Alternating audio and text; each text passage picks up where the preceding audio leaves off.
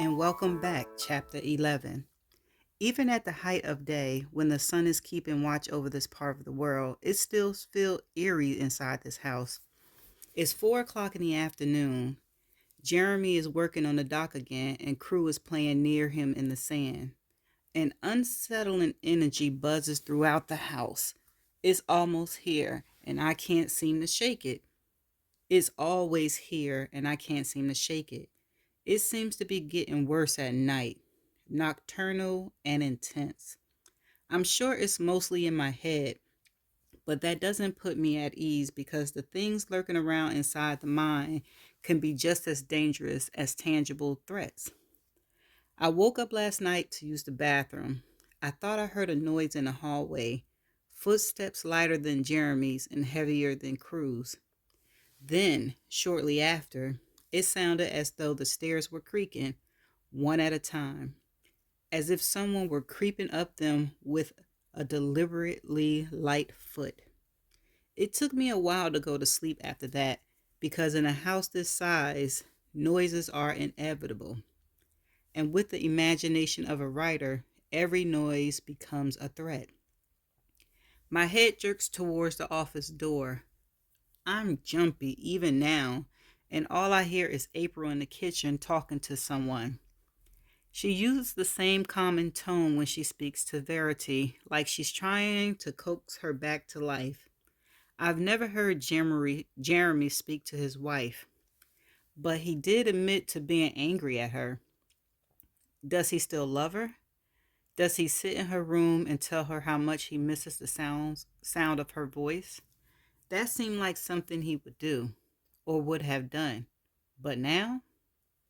He cares for her, helps feed her sometimes, but I've never actually seen him speak directly to her. It makes me wonder if he doesn't believe she's in there at all anymore, as if the person he cares for is no longer his wife. Maybe he's able to separate his anger and disappointment towards Verity from the woman he cares for because he no longer feels they're the same person. I go to the kitchen because I'm hungry, but also because I'm curious to watch April as she interacts with Verity. I'm curious to see if Verity has any sort of physical response to her interactions. April is seated at the table with Verity's lunch. I open the refrigerator and watch as she feeds her. Verity jaws moves back and forth almost robotically after April feeds her a spoonful of mashed potatoes. It's always soft food, mashed potatoes, applesauce, blended vegetables. Hospital food, bland and easy to ingest. I grab a cup of Crew's pudding and then sit it at the table with April and Verity. April acknowledges me with a fleeting glance and a nod, but nothing else. After eating a few bites of the pudding, I decide to try making small talk with this woman who refused to interact with me. How long have you been a nurse? April pulls the spoon out of Verity's mouth and dips it back into the potatoes. Long enough to be in a single digit countdown for retirement. Nice. You're my favorite patient, though, April says to Verity by far. She's directing her answers to Verity, even though I'm the one asking the questions. How long have you worked with Verity? Again, April answers towards Verity. How long have we been doing this now? She asks, as if Verity is going to answer her. 4 weeks? She looks at me. Yeah, I was officially hired about 4 weeks ago. Did you know the family before Verity's accident? No. April wipes Verity's mouth and then places a tray of food on the table. Can I speak with you for a moment? She nudges her head towards the hallway. I pause, wondering why we need to leave the kitchen in order for her to have a conversation with me. I stand up. I stand up though and follow her out. I lean against the wall and spoon another bite of pudding into my mouth as April shoves her hands in the pockets of her scrub top. I don't expect you to notice, especially if you've never been around someone in Verity's condition, but it's not respectful to discuss people like her as though they aren't right in front of you. I'm gripping my spoon, about to pull it out of my mouth. I pause for a moment, then shove the spoon back into the pudding cup. I'm sorry, I wasn't aware that's what I was doing. It's easy to do, especially if you believe the person can't acknowledge you. Verity's brain doesn't process like it used to, obviously, but we don't know how much she does process. Just watch how you word things in her presence. I stand up straight, pulling away from my casual position against the wall. I had no idea I was being insulting. Of course, I say, nodding. April smiles, and it's actually genuine for once. Luckily, our awkward moment ends thanks to Crew. He runs through the back door, cupping something in his hands. He rushes between me and April into the kitchen. April follows him. Mom, Crew says excitedly. Mom, I found a turtle. He stands in front of her, holding the turtle up for her to see. He runs his finger over its shell. Mom, look at him. He's holding it up higher now, trying to get Verity to make eye contact with the turtle. Of course she doesn't. He's only 5, so he probably can't even process all the reasons she can no longer speak to him or look at him or react to his excitement. I immediately hurt for him, knowing he's probably still waiting for her to fully recover. Crew, I say, walking over to him. Let me see your turtle. He turns and holds it up for me. He's not a snapping turtle. Daddy said those kind have marks on their necks. Wow, I say. That's really awesome. Let's go outside and find something to put him in. Crew jumps with excitement and then brushes past me. I follow him out of the house and help him search around the property until he finds an old red bucket to put him in. Then Crew plops down on the grass and brings the bucket onto his lap. I sit down next to him, partly because I'm starting to feel really bad for this kid, but also because we have a clear view of Jeremy from this spot in the yard as he works on the dock. Daddy said I can't have another turtle because I killed my last turtle. I swing my head towards Crew. You killed him? How did you kill him? Lost him in the house, he says. Mommy found him under the couch and he was dead. Oh, okay. My mind was going somewhere much more sinister with that. For a second, I thought he murdered the turtle intentionally. We could let him go right here in the grass, I tell him. That way you can watch and see which direction he crawls. He might lead you to a secret turtle family. Crew picks him up out of the bucket. Do you think he has a wife? He might. He could have babies too. He could. Crew puts him down in the grass, but naturally the turtle is too scared to move. We watch him for a while, waiting for him to come out of his shell. I can see Jeremy approaching out of the corner of my eye. When he's closer, I look up at him, shielding the sun from my eyes with my hand. What you two find? A turtle, Crew says.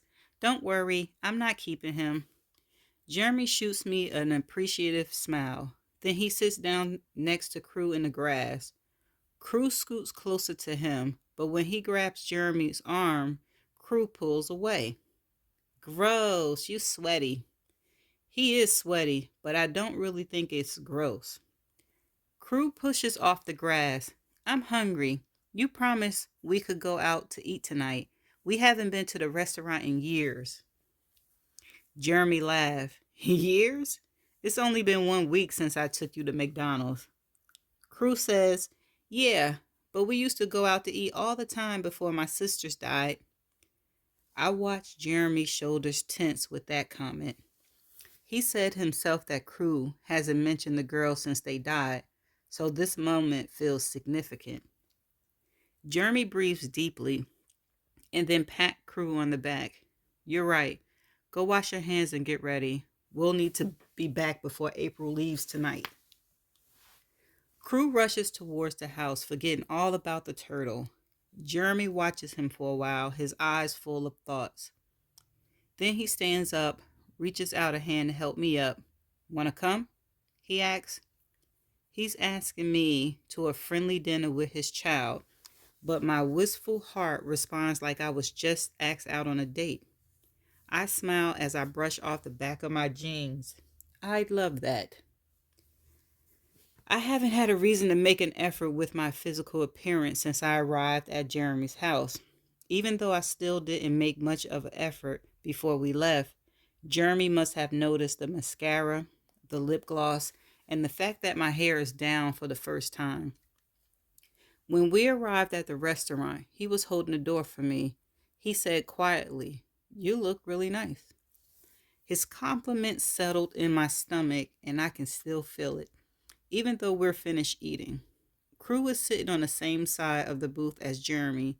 He's been telling jokes since he's finished eating his dessert. "I have another one," Crew says. "What is ET short for?" Jeremy doesn't attempt to answer Crew jokes because he says he heard them a million times. I smile at Crew and pretend I don't know the answer. "Because he has little legs," Crew says, falling back into his seat with laughter. His reaction to his own jokes makes me laugh more than the joke themselves. And then, "Why don't they play poker in the jungle?" "I don't know. Why?" "Too many cheetahs." I don't know that I've stopped laughing since he started telling us jokes. "Your turn," Crew says. "Mine?" "Yeah, it's your turn to tell a joke." Oh God, I'm feeling pressured from a 5-year-old. Okay, let me think. A few seconds later, I snap my fingers. Okay, I got one. What is green, fuzzy, and it fell out of the tree? It could kill you. Crew leans forward with his chin in his hand. I don't know. A fuzzy green piano. Crew doesn't laugh at my joke, neither does Jeremy, at first. Then a few seconds later, Jeremy released a burst of laughter that makes me smile. "I don't get it," Crew says. Jeremy is still laughing, shaking his head. Crew looks up at Jeremy. "How is that funny?" Jeremy puts his arm around Crew. "It's not," he says. "It's funny because it's not funny." Crew looks at me. "That's not how jokes are supposed to work." "Okay, I have another one," I say. "What's red and shaped like a bucket?" Crew shrugs. "A blue bucket painted red." Jeremy squeezed his jaw, trying to hold back his laughter. Seeing him laugh is probably the best thing that happened since I showed up here. Crew scrunches up his nose. "You aren't very good at telling jokes." "Come on, those were so funny." Crew shakes his head, disappointed. "I hope you don't try to make jokes in your books." Jeremy leans back in his seat and grips his side, trying to hold back his laughter as the waitress approaches with the check. Jeremy takes it from her. "My treat," he manages to say. When we return to the house, Crew makes it inside before we do. "Run upstairs and let April know we're back," Jeremy calls after him. Jeremy closes the door that leads into the garage, and we both pause before moving further into the house. We're tucked away into an unlit corner near the stairs, but a stream of light from the kitchen streaks across his face. "Thank you for dinner. That was fun." Jeremy pulls off his jacket. It was. He's smiling as he hangs his jacket on the coat rack next to the door. He looks different tonight, like he's less weighed down by his life than he usually is. I should get Crew out more often. I nod in agreement, slipping my hands into my back pockets. The next few seconds fill with thick silence. It almost feels like the moment at the end of a real date when you can't decide between a kiss or a hug. Of course, neither would be appropriate in this case because it wasn't a date. Why did I feel like one? Why did it feel like one? Our eye contact is broken when Crew begins to descend the stairs. Jeremy's gaze divert to his feet for a moment, but before he walks away, I see him release a quick breath. as if crew interrupted something Jeremy was about to regret, something I'm not sure I would have regretted. I sign heavily, then go straight to Verity's office and close the door. I need to distract myself. I feel an emptiness, a ache in my stomach that I don't think is going to go away. Like I need more moments with him, moments I can't get, moments I shouldn't get. I flipped through the pages of Verity's manuscript, hoping to find an intimate scene with Jeremy. I'm not sure what kind of person that makes me in this moment because reading this is wrong on so many levels. But it isn't as wrong as crossing that line with him physically, would it be? Would be.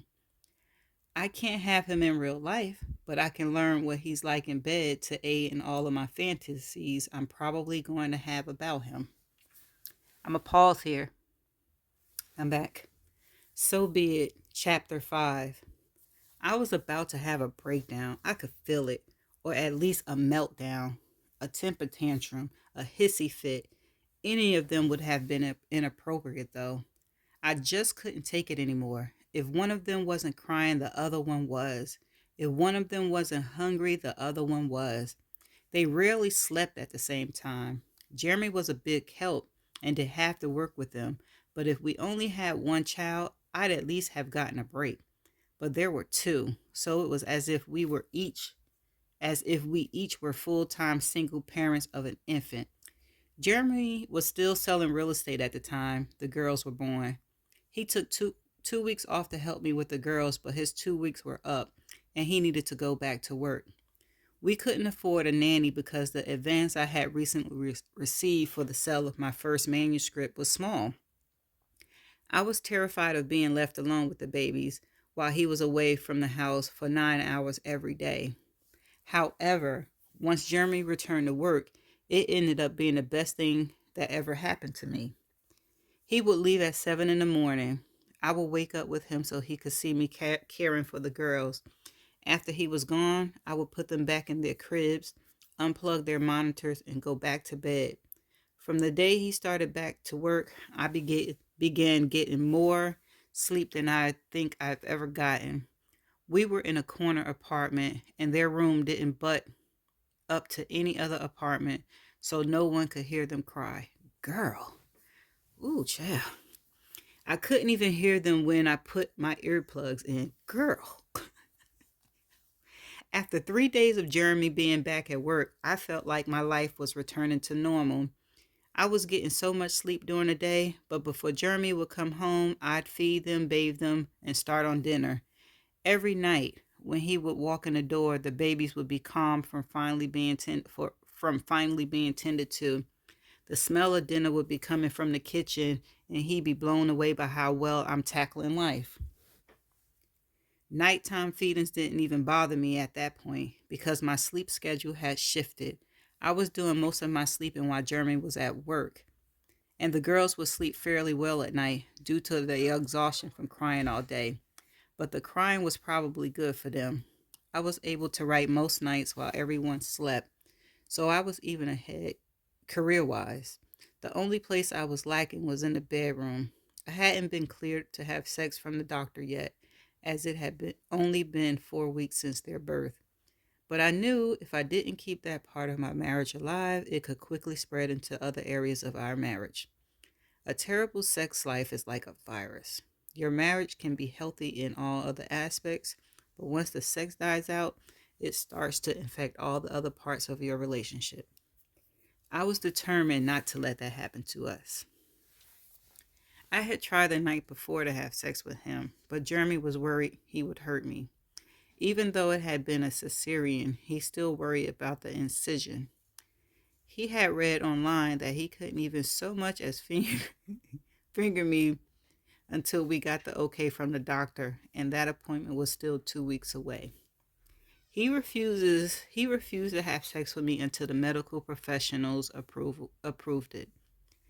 I didn't want to wait that long though. I couldn't. I missed him. I missed the connection with him. Jeremy woke up that night at 2 in the morning because my tongue was sliding up his dick. I'm almost positive his dick was rock hard before he was even fully awake. The only reason I knew he was awake is because his hands moved to my head and his fingers snaked through my hair. That's the only movement he made. He didn't even lift his head off his pillow to look at me, and for some reason, I liked that. I'm not even sure he opened his eyes. He remained still and silent while I drove him mad with my tongue. I licked him, teased him, touched him for 15 minutes without ever putting him inside my mouth. I knew how much he wanted me to because he was growing restless and needed that relief. But I didn't want him to get relief from my mouth. I wanted him to get it by fucking me for the first time in weeks. His hand was impatient, squeezing the back of my head, pressing me down on his dick as he silently begged for me to take him in my mouth. I refused and continued to fight against the pressure of his hand as I kissed and licked when all he wanted to do was shove it in my mouth. When I was certain I had driven him so crazy that his desire outweighed his concern for me, I moved away from him. He followed. I fell onto my back, spread my legs, and he was inside me without a second thought about whether or not it was too soon for him to be there. He wasn't even gentle. It was as if my tongue had driven him to a point of madness because he was pounding into me so hard it actually did hurt. It lasted almost an hour and a half because as soon as he finished, I sucked him off until he was hard again. Both times we fucked, we never said a word. And even after it was all over, I was crushed beneath the weight of his exhausted body. We still didn't speak. He rolled off me and wrapped himself around me. Our sheets were covered in sweat and semen, but we were too consumed with sleep to care. I knew then that it was okay. We would be okay. Jeremy still worshiped my body as much as he always had. The girls might have taken a lot from us by then, but his desire was the one thing I knew would always be mine. And that's the end of chapter 11. Stay tuned for the next chapter.